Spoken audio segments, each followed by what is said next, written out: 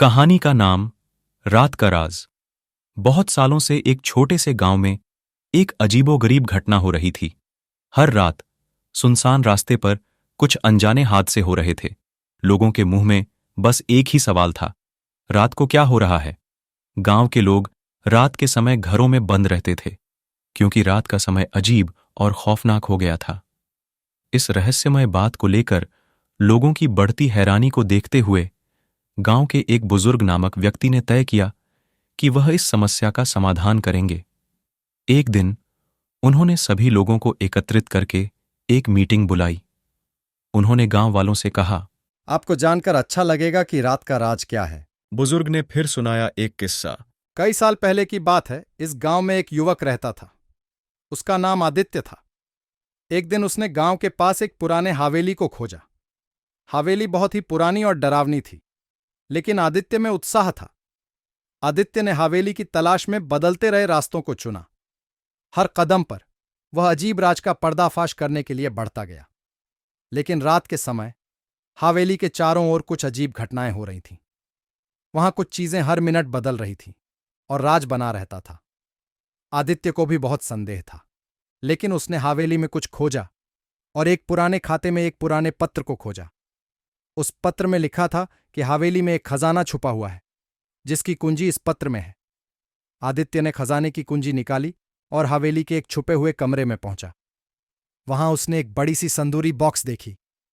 जब उसने बॉक्स खोली तो उसकी आंखों में चमक आ गई। वह बॉक्स उसे गांव वालों के साथ लौटने के लिए मजबूर कर दी और उस दिन से रात का राज सुलझ गया। हर कोई अब शांति से सो सकता था और रात की सभी रहस्यमय घटनाओं का समाधान हो गया था।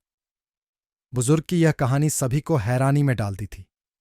लोगों ने समझा कि रात का राज उनकी जिंदगी को भी सुखमय बना सकता है, बस उन्हें उसे सुलझाने की कल्पना करनी थी। इसके बाद से गांव में रात का समय फिर से शांति और सुरक्षा से भरा हुआ था।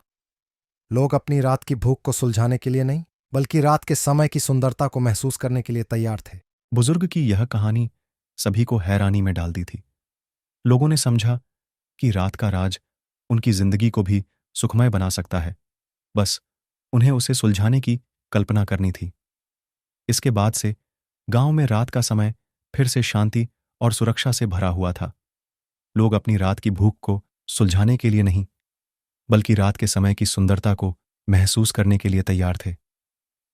इसके बाद बुजुर्ग ने मुस्कुराते हुए कहा, इस कहानी से हमें यह सीखना चाहिए कि कभी-कभी विशेष दृढ़ता और साहस की जरूरत होती है, जिससे हम सभी कठिनाइयों का सामना कर सकें।